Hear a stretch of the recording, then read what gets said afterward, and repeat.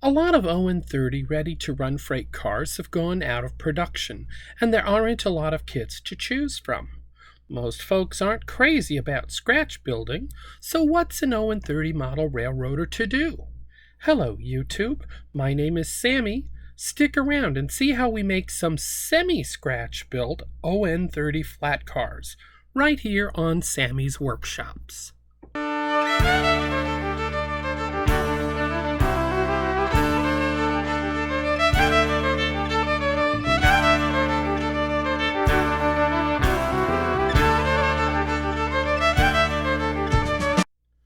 Hello, YouTube. My name is Sammy, and welcome back to Sammy's Workshops. Many companies have dramatically cut back on their production of On30 freight cars, leaving many modelers to choose from a limited supply of kits or to scratch build their rolling stock. Scratch building spooks a lot of people. Just the very words tend to strike fear in the hearts of many. I'd like to help you all out here by showing you how to do some semi-scratch built, neat-looking flat cars. Let's get right into the project. Bachmann brought out these underframes in 3-packs in either brown or black plastic. I'm not sure exactly what they were originally intended for. However, for our purposes today, they are perfect. A set of 3 of them, some stripped styrene, couple sets of trucks and couplers, and some coffee stir sticks, and an India ink stain, and we'll have a neat fleet of 3 flat cars. Oh, and there'll be a few detail parts included. We'll start off by gluing a small piece of styrene tubing into the opening for the truck mounting screws. The frames were originally designed to replace the underframe on Bachmann's freight cars, which had lugs that protruded from the car floor for the mounting screws, so we need the plastic tubing to fill in for that. Next, we're going to lay the frame upside down on a flat work surface. I just used my cutting mat. You could use a layer of waxed paper on a piece of wood or glass or Formica-covered MDF. Any of those surfaces will do. We're going to cut some 0.1 by 0.250 styrene, the same length as the sides of the underframes. Then we're going to cut 2 more to go across the car, the width of the car, plus the width of 2 of these strips that we just cut. We'll be making a box frame around the underframe to stiffen it up with these pieces of styrene. Next, we need to mark and cut out a small bit in the center of the end pieces to fit around the coupler boxes. I used a small handsaw and then a hobby knife to score the plastic several times till I could snap the piece out. Be very careful here, it's a very small piece of plastic, and hobby knives are extremely sharp. Ask me how I know. Work slowly here and safely be patient. It does take several cuts to passes with the knife to cut through the material because it's rather thick. You could also use a file to make this opening as well, or even a jeweler's saw if you have one. Now we are ready for the glue up. The underframe will still be upside down on your flat construction surface. Bring one end piece and one side piece together at a corner of the underframe and add a drop of glue. I used some weights, 1, 2, 3 blocks or other, to hold those pieces in place as I added some styrene solvent and cement. CA glue could be used as well. In a few minutes, you can move on to the next corner. Once you have all 4 corners in place, several drops of super glue on the inside of the styrene to glue it to the underframe all around this perimeter is the next step. Let this all sit braced in place until all the glue has dried. Okay, so next we're going to carefully remove the frame from the building gluing surface. I slid the tip of my hobby knife underneath it to help pop it free without popping open any of the glue joints. Re-glue any that do as needed. Next, I began to drill holes for the grab irons and for the stake pockets. I used a straight grab iron on the sides near the corners and a drop type on the ends. One car I used just regular stake pockets, and on 2 of the cars I used stake pockets with stakes in them. Then I glued all these parts in place and added stirrup steps to the underside corners. Grant line parts for the stakes and stake pockets, Tichy train group for the grab irons and stirrup steps.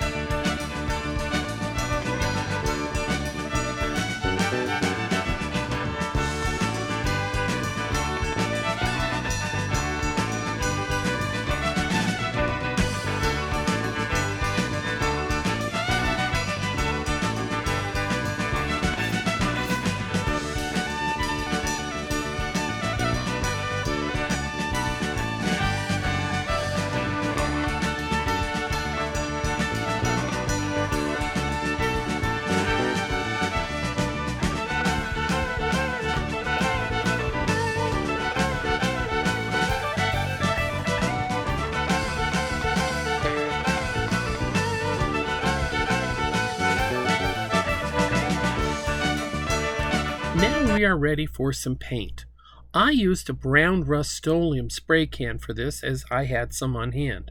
I wasn't terribly crazy about the end result as the paint is a little too thick for my tastes. In the past, I'd have used paint from a company called Floquil. However, that product is no longer readily available and my airbrush is still packed away in my garage.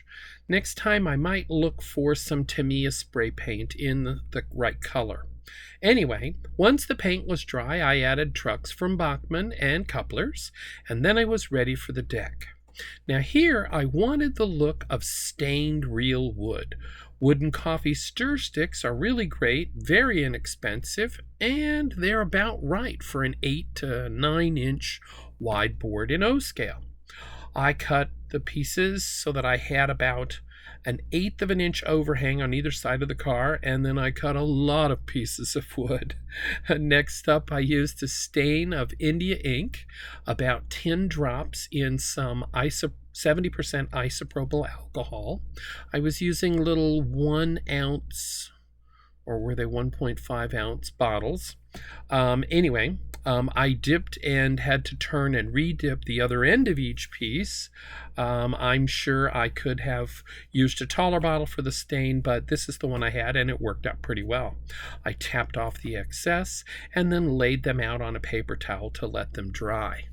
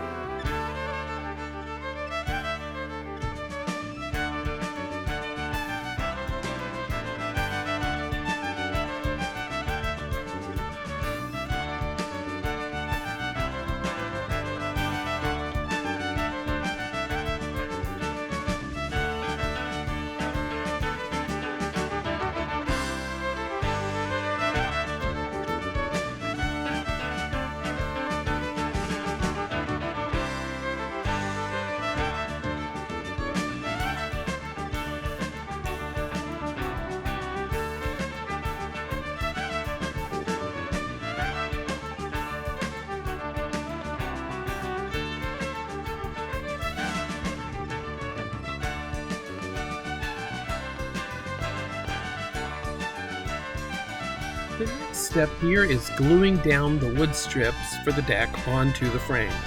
I spread a little Mod Podge. You could use PVA or other glue. Super glue would even work here, although I was worried that it would bleed through the wood. It worked in small sections, about 3/4 to 1 inch, as I worked my way down, and that glues down about 4 to 6 pieces of wood at a time. I added some weight on top as I went along the car length to hold it in place while I worked on the next section. I had to do a little clipping on the cars with the stakes. I found it pretty easy to use a pair of rail nippers. You could use a saw or a hobby knife, whatever tools you've got to use. A small hole for a brake wheel staff of brass wire and a brake wheel on one end of the car, and we're ready for some markings. I used some dry transfers I'd gotten from my friends at Clover House, or you could just paint with paint markers or use water slide decals, or maybe your railroad just doesn't need any markings at all. The choice is entirely up to you.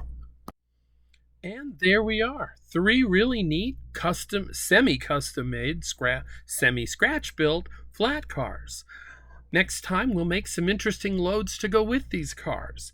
If you enjoyed this video, please hit the like, subscribe, and click on that alert bell to get notified of new videos being uploaded. New videos used to be posted every 2 weeks. I'm falling a little behind on that, but I'm working on it. I do get some others here and there as time and projects dictate. You can follow me on Facebook and Instagram.